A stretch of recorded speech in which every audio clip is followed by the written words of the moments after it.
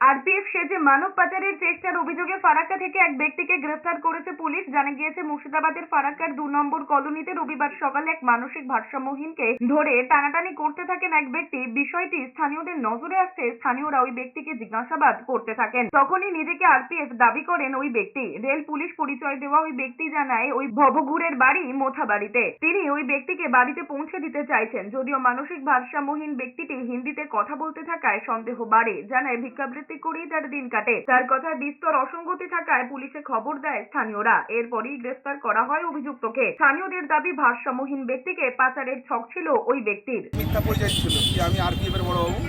যে একজন নর্মাল একটা মানুষকে নর্থ বেঙ্গলি ছিল, ওকে ধরে এনে ওর পকেটে পয়সা কেড়ে নিয়ে আমাদের ডাক্তারবাবু নজরুল আসছে, নজরুলবাবুর কাছে এসে ওর মেশিন নিয়ে ওর পুরো বডি চেক করছিল। এবার ও কী করে আমরা জানি না। যে আমরা জিজ্ঞাসা করলাম আপনি কে, তো ও বলছে কি যে আমি আরপিএফ এর বড়বাবু। তারপরে কার্ড ফার্ড চেক করা হলো, তোর ভোটার কার্ডে দেখছি শামসেরগঞ্জ ধুলিয়ান, আর ওর বলছে আইডেন্টি কার্ড, তো দেখা দিয়ে সব কার্ড দেখাচ্ছে আমাদের। এটাই আমাদের পুলিশকে ডেকে পুলিশের হাতে দেওয়া হলো।